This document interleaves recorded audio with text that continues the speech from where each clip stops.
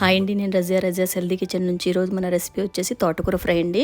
ఇది చాలా సింపుల్గా టేస్టీగా ఉండే రెసిపీ అండి. ఇది చాలా బాగుంటుంది. తోటకూర ఇష్టపడిన వాళ్ళు కూడా ఈరోజు నేను చేసే పద్ధతిలో తింటే చాలా ఇష్టంగా కూడా తింటారండి. చాలా బాగుంటుంది. ఇది చాలా సింపుల్గా అయిపోయే పద్ధతి అండి.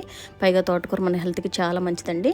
ఇలా నేను ఒక 8 కట్టల వరకు తోటకూర తీసుకొని దీన్ని శుభ్రంగా 4 నుంచి 5 సార్లు బాగా కడుక్కొని ఇలా చిన్న ముక్కల్లా కట్ చేసి పెట్టుకోవాలండి. ఇప్పుడు ఇందులోకి ఇలా 2 వెల్లుల్లిపాయలు తీసుకొని దీని తొక్కలన్నీ కూడా ఇలా ఒలుచుకొని దీన్ని బాగా చిన్న చిన్న ముక్కల్లా కట్ చేసుకోవాలండి. ఇలా బాగా చిన్న ముక్కల్లా కట్ చేసుకోవాలి. ఈ ఫ్రైలో ఇదే మెయిన్ టేస్ట్ అండి. చాలా బాగుంటుంది. పైగా వెల్లుల్లిపాయలు కూడా మన హెల్త్కి చాలా మంచిది. బ్లడ్ సర్క్యులేషన్ అది కూడా బాగుతుందండి వెల్లుల్లిపాయ తీసుకోవడం వల్ల.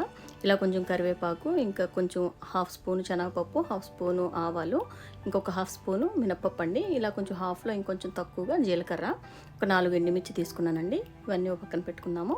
ఇప్పుడు ఇందులోకి కొంచెం చిల్లీ ఫ్లేక్స్ అండి. ఇది ఆప్షనల్, మీరు వేసినా వేయకపోయినా అది పర్వాలేదు, బాగానే ఉంటుందండి అది తీసుకోవడం వల్ల. సో ఇప్పుడు స్టవ్ పై కడాయి పెట్టుకొని దీంట్లోకి మనం ఒక 30 ml వరకు ఆయిల్ వేసుకుందామండి. 30 ml ఆయిల్, ఒక పెద్ద స్పూన్తో మనము నెయ్యి వేసుకుందాము. ఇది కరగబెట్టిన నెయ్యి కాబట్టి ఎక్కువ వస్తుంది. కరిగిన నెయ్యి అయితే ఒక 2-3 స్పూన్లు వేసుకోండి. ఇలా ముందు ఆయిల్ కొంచెం ఇలా హీట్ ఎక్కిన తర్వాత ఇందులోకి ఆవాలు వేసుకొని బాగా చిటిపెట్టలాడేలాగా ఫ్రై చేసుకోవాలండి. ఏ తాలింపులోకైనా కూడా ఆవాలు బాగా ఫ్రై అయితేనే ఆ ఫ్రైకి టేస్ట్ అది బాగుంటుందండి. సో తర్వాత ఇందులోకి ఇలా వెల్లుల్లిపాయలు వేసుకొని వెల్లుల్లిపాయలు కూడా బాగా దగ్గరగా కొంచెం బ్రౌన్ కలర్ వచ్చేలాగా లైట్గా ఇలా ఫ్రై చేసుకోవాలి. ఇవన్నీ కూడా బాగా దగ్గరగా కొంచెం లైట్గా బ్రౌన్ కలర్ వచ్చిన తర్వాత ఇందులో మనం జీలకర్ర వేసుకుందామండి.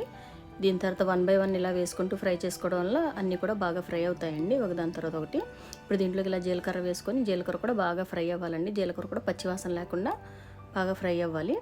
సో ఇలా మొత్తం జీలకర్ర కూడా ఫ్రై అయిన తర్వాత ఇప్పుడు ఇందులోకి శనగపప్పు, అది కొంచెం ఒకసారి జస్ట్ అలా ఫ్రై చేసి అందులోకి మినప్పప్పు, ఇదంతా కూడా బాగా దగ్గరగా ఫ్రై చేసుకుందాము. ఇంకొంచెం అదంతా కూడా బాగా ఫ్రై అయిన తర్వాత ఇప్పుడు ఇందులో కరివేపాకు, ఎండుమిర్చి కూడా వేసుకొని ఇప్పుడు ఇంక ఈ ఫ్రైస్ అన్నీ కూడా బాగా దగ్గరగా అయ్యేలా చేసుకోవాలండి. ఇవి మరీ మాడిపోకుండాను కొంచెం అంతా కూడా బాగా రోస్ట్ అయ్యేలాగా దగ్గరుండి సిమ్లో పెట్టుకుంటూ హైలో పెట్టుకుంటూ దగ్గరుండి బాగా ఫ్రై చేసుకోవాలి.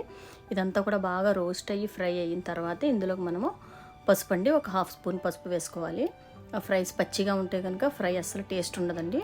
ఇవన్నీ కూడా బాగా ఫ్రై చేసుకోవాలి. దగ్గరగా ఫ్రై అయిన తర్వాత అది ఫ్రై అవ్వడానికి జస్ట్ మీకు 2 minutes వరకు పడతాయండి. జస్ట్ సిమ్లో పెట్టుకొని బాగా ఫ్రై చేసుకోవాలి. ఇప్పుడు ఇందులోకి మనం కట్ చేసి పెట్టుకున్న తోటకూర అంతా కూడా ఇందులోకి వేసుకొని ఇంకొక 5 minutes దీన్ని బాగా ఫ్రై చేసుకోవాలండి.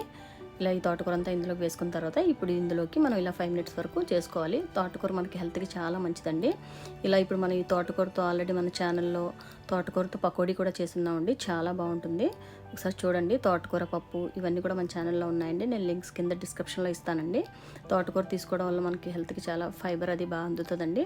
మనం రెగ్యులర్గా ఇలా వీక్లో 2 to 3 times చేసుకుంటూ ఉంటే మనకి చాలా మంచి బెనిఫిట్స్ కూడా అందుతాయండి. తోటకూరతోని బ్లడ్ కూడా పెరుగుతుంది. ఈ పద్ధతిలో చేసుకోవడం వల్ల చాలా సింపుల్గా కూడా అయిపోతుందండి. ఇందులో ఎటువంటి మనం ఏ మసాలాలు అది వాడకుండా చాలా న్యాచురల్గా చేసుకుంటాం కాబట్టి చాలా బాగుంటుందండి. ఫ్రై అసలు చాలా టేస్టీగా ఉంటుంది. ఇలా బాగా దగ్గరగా 5 minutes కూడా మనం దగ్గర ఇలా చేసుకోవాలండి. పచ్చివాసన అంతా పోయి ఇలా దగ్గరగా అయిన తర్వాత దీన్ని ఇప్పుడు మూత పెట్టిన తర్వాత ఇంకో 2 minutes అలానే కుక్ చేసుకోవాలండి.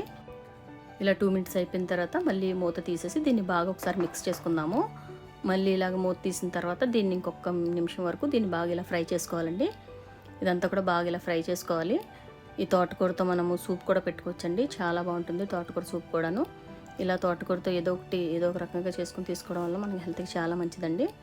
సో ఇలా నా ఛానల్లో నేను తోటకూరకు సంబంధించిన అన్నీ కూడా పెడుతుంటానండి. ఛానల్ని సబ్స్క్రైబ్ చేసుకోండి. ఇప్పుడు ఈ స్టేజ్లో మనం దీంట్లోకి ఒక 1/2 స్పూన్ వరకు సాల్ట్ వేస్తున్నానండి. ఆకు ఎక్కువగా కనిపిస్తుంది కాబట్టి ముందే అసలు వేయకూడదండి సాల్ట్. ఇలా మొత్తం అంతా కూడా బాగా ఆకంతా దగ్గరగా అయిపోయి మగ్గిపోయిన తర్వాత ఈ స్టేజ్లోనే వేసుకోవాలి సాల్ట్. మీకు ఆకు ఎక్కువగా కనిపించడం వల్ల మీరు కొంచెం సాల్ట్ ఎక్కువగా వేసుకుంటే మొత్తం ఫ్రై అంతా కూడా సాల్టీగా అయిపోతుందండి. కాబట్టి ఇప్పుడు కూడా ఈ స్టేజ్లోనే సాల్ట్ వేసుకోవాలి. ఇంతేనండి, మన ఫ్రై ఇంక దగ్గరగా అయిపోయినట్టే.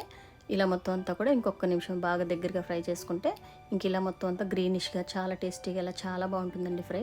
ఇలా మొత్తం అంతా కూడా మనం ఎంత ఎక్కువగా తీసుకున్న ఈ ఆకు హెల్త్కి చాలా మంచిదండి. ఒక డయాబెటీస్ ఉన్న వాళ్ళు ఇలా కప్పుతో 2 కప్పులు తీసుకున్నా కూడా చాలా మంచిదండి.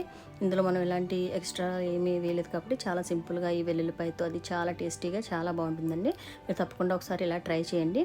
మీకు ఎలా వచ్చింది నాకు కామెంట్స్లో తెలియచేయండి. ఇందులోకి ఇప్పుడు మనం ఫైనల్గా కొంచెం చిల్లీ ఫ్లేక్స్ వేసుకుందాం. ఇది ఆప్షనల్ అండి. వేసుకుంటే కూడా టేస్ట్ బాగుంటుంది. ఇంతేనండి, మన తోటకూర ఫ్రై చాలా టేస్టీగా ఉంటుంది. ఈ వీడియో కానీ మీకు నచ్చినట్లయితే లైక్ చేయండి. మీ ఫ్రెండ్స్కి ఫ్యామిలీ మెంబర్స్కి షేర్ చేయండి. నెక్స్ట్ వీడియోలో మళ్ళీ కలుసుకుందామండి. Thanks for watching.